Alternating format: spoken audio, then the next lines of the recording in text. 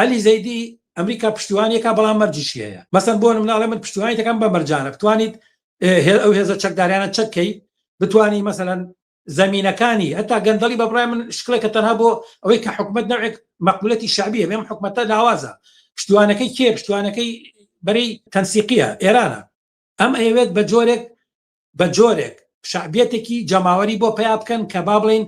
تەنها پشتی بەمان نەبەست ینی بەدەر لەوان بۆ نمونە گەر سبەینێ علی زەیدی لەوان تەمەڕودی کرد شعبی لەگەڵ بێ خەڵکی لەگەڵ بێ کەمان بەرحاڵمە پرۆسێکی بەڕای من زۆر سەختە پێمانی ئەو باسان چێتە پێشەوە ئەوان ئامانجیانەوەی کە علی زەیدی بتوانێت ئەم کاراکتەرە سەربەخۆ سیاسی بێت کە نفوزێکی شعبیە بێت بتوانێت خۆی بەرامبەر بە ئێران و بەرامبەر بە میلیشیەکان بۆ سەوەڵام معلومە کەمەی پێ ناکرێت بەڵام ئەوەی کە وەکوتم ئەوان مەرجەکانەوەی کە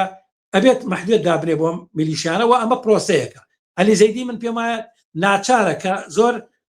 واقعیانە مامەڵی ئەم کەیسە بکات ئەو ناتوانێت بە هیچ شێوە ناتوانێت میلیشیانە بکات لەبەر چی لەبەرەوەی کە خودی ئەوانی کە ڕئیسی میلیشیاکان و خودی ئەوانی کە بە تایبەتی مەسەن ئەحزابە نوێنەرەکانی پەرلەمانی میلیشیاکانەوەی کە سەرکردە سیاسەکانی میلیشیاکانن ئەمانە خوان خاوەنی زەیدین و ئەوانە زەیدیان هەڵبژان ئەوانە پشتیوانی زەیدین و ئەوانەش زای چۆنە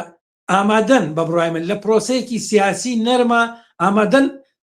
ینی ئەمریکا ئیسماراتی ئەمریکا بێت ناتوان دژی بۆسمەوە